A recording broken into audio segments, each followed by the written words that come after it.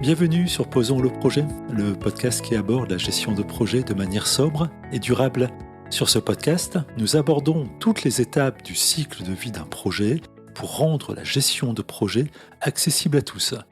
Je suis Christian Navrocki et je vais vous apporter à travers ce podcast les outils indispensables à une gestion de projet sobre et enthousiasmante.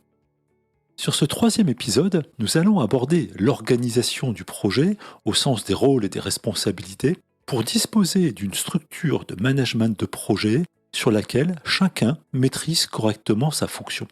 Nous gardons bien évidemment en tête notre perspective d'une gestion de projet sobre et durable. Cette perspective est d'autant plus importante lorsqu'il s'agit des ressources humaines.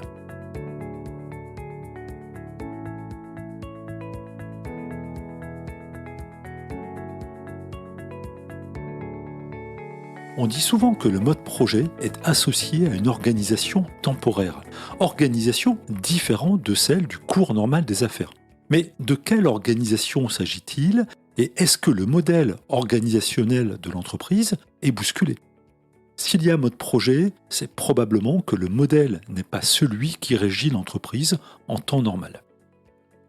Sur votre expérience de projet, vous est-il déjà arrivé de chercher en vain la bonne personne pour prendre une décision ? Vous est-il déjà arrivé de vous interroger sur la mission du comité de pilotage ? Vous est-il aussi déjà arrivé de vous poser la question de vos propres responsabilités ? Pour ma part, et sur les projets pour lesquels j'ai été sollicité, j'ai souvent rencontré des organisations qui n'en étaient pas vraiment, des acteurs qui ne connaissaient pas forcément leur réelle mission et des comités de pilotage qui ne jouaient pas toujours le rôle attendu. Le résultat, on l'imagine facilement. Des difficultés pour prendre des décisions, des zones floues sur l'organisation, des délais que nous aurions pu éviter et surtout des actions engagées bien que non validées et parfois contestées a posteriori. Doit-on ajouter la solitude et la charge mentale du chef de projet en l'absence d'organisation digne de ce nom ? Pas très durable tout ça. Alors, quelle organisation doit-on mettre en place et quelle sera la mission des acteurs ?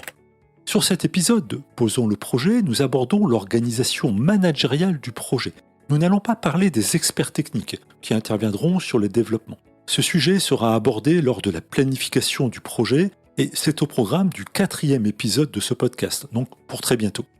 Autre point à noter, sur cette première saison de Posons le projet, nous ne traitons pas non plus du projet conduit en agile, qui présente la particularité de favoriser l'auto-organisation. Ce sera au programme de la 2e saison de Posons le projet.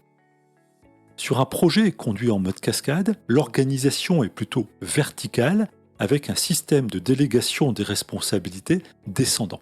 Top-down, comme disent certains. Mais alors, sur ce modèle top-down, d'où partons-nous et où arrivons-nous ? Et à quelle place se trouve le ou la chef de projet ? Commençons par le haut de ce modèle vertical. Tentez de visualiser une organisation, un organigramme. Qui y trouve-t-on ? Bien évidemment, l'entreprise. Elle détient l'ultime autorité sur le projet, celle de valider un projet, celle de rejeter un projet, ou encore celle d'arrêter un projet déjà engagé.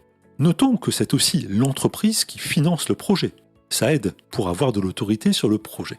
Sur le projet de conception d'un vélo de livraison de colis ou de repas, c'est la plateforme numérique qui détient cette autorité.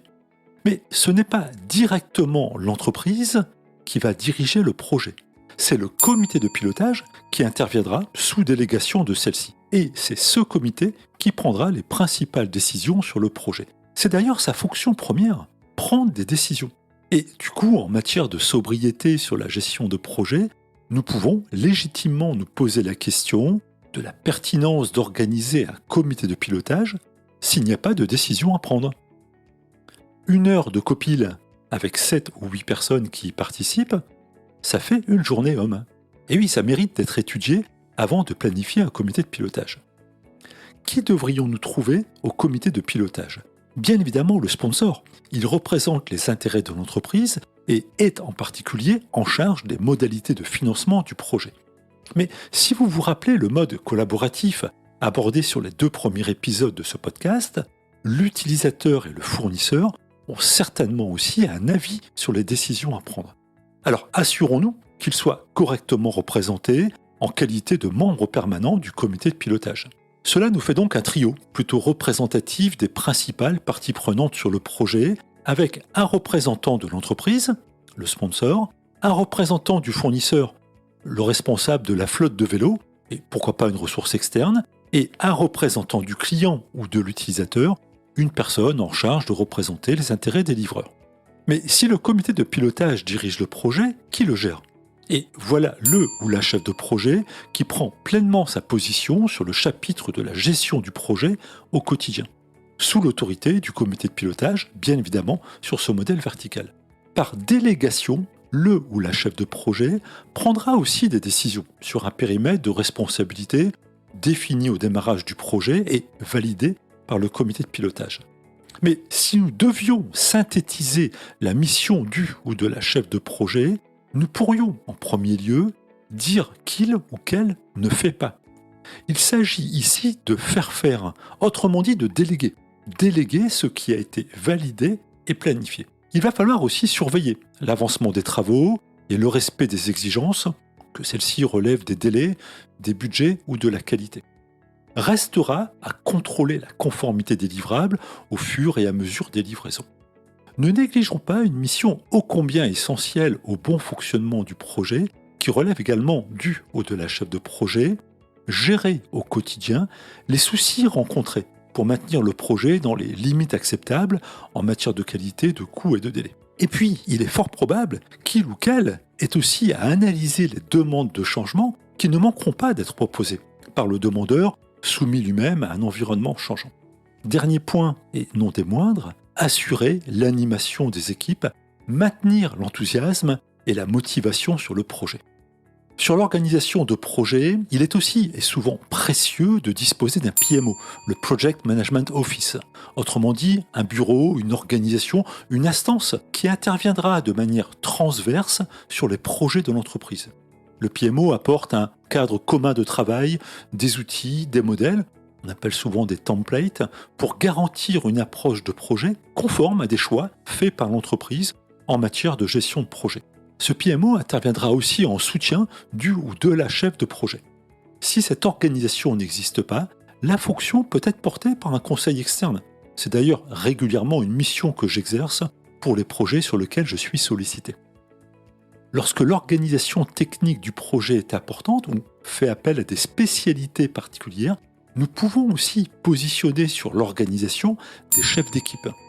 Leur mission étant ici d'assurer la relation entre le ou la chef de projet et les profils techniques.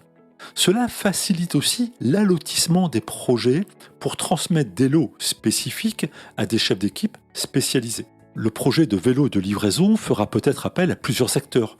Un constructeur de cadres, un équipementier, un fournisseur de vêtements de sécurité pour le livreur.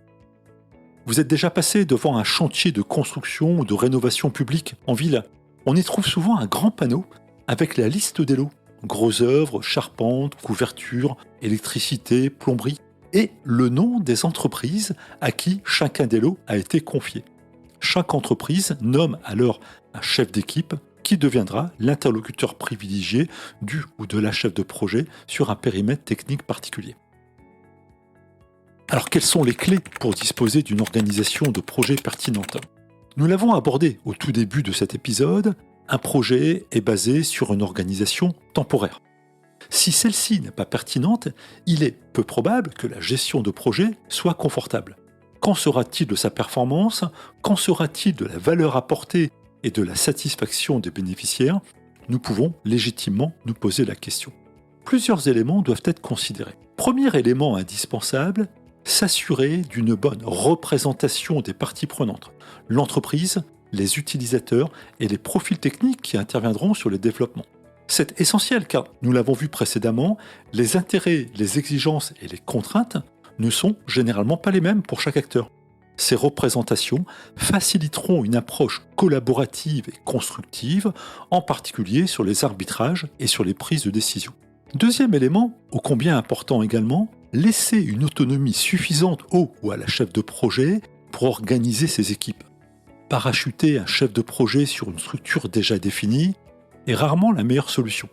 Le chef de projet, c'est aussi le sélectionneur. Il va tenter de construire la meilleure équipe pour réussir le projet. Faisons-lui confiance. Si c'est votre fonction, à nouveau, exercez votre devoir de conseil sur ce sujet, soyez exigeant, osez la réussite du projet en proposant votre organisation. Il s'agit ici de s'entourer des profils qui participeront directement à la réussite de l'initiative. Troisième point, l'engagement. Élément clé de succès. Les acteurs doivent être engagés, presque investis d'une mission. On ne gère pas un projet, on n'intervient pas sur un projet sans un minimum de passion. Nous pourrions même envisager un véritable dispositif de recrutement avec démonstration des motivations pour rejoindre le projet. Pour reprendre le point précédent, il revient légitimement au chef de projet de réaliser le casting, le recrutement, pour construire une équipe engagée sur la réussite de l'initiative. Cet engagement réclamera certainement ensuite de l'animation pour le maintenir tout au long du projet. Cette activité revient bien évidemment au ou à la chef de projet.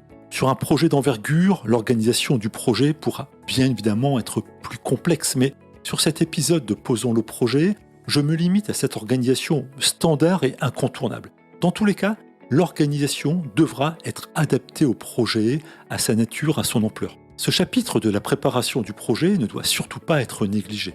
La dimension organisationnelle du projet est un véritable élément de succès. Elle sera partagée et on insistera sur une présentation des rôles et des responsabilités de chacun pour garantir la bonne compréhension des périmètres de responsabilité et aussi pour faciliter les prises de décision. Il peut être intéressant de faire une présentation synthétique de l'organisation et des missions au moment de la réunion de lancement, le kick-off, pour informer une audience élargie. C'est un exercice qui soutient aussi la recherche d'engagement des acteurs. Les missions ont été présentées, elles ne peuvent donc pas être ignorées. Et si nous mettions en application maintenant ? Vous avez un projet en cours, alors dans l'esprit, osons le projet, vérifiez a posteriori que votre organisation fait sens. Les parties prenantes sont-elles bien représentées ? Faites une lecture critique et constructive de l'organisation et si vous constatez un manque, un écart, une organisation trop légère ou trop complexe, dites-le et osez proposer les changements qui s'imposent pour la réussite du projet. Et puis, si vous n'avez pas de projet en cours mais un projet à venir, alors c'est le moment de vous poser les bonnes questions sur ce sujet. Ici aussi, osons le projet, interrogez-vous sur les meilleures ressources pour le management de votre projet, soyez force de proposition pour la réussite de ce projet. Ne lâchez rien, il en va de la réussite du projet. J'espère que ce 3e épisode de Posons le projet vous a plu et qu'il vous donne envie de suivre les prochains. Je vous dis donc à bientôt pour le prochain sujet de Posons le projet. Nous y aborderons la planification. Tout un programme.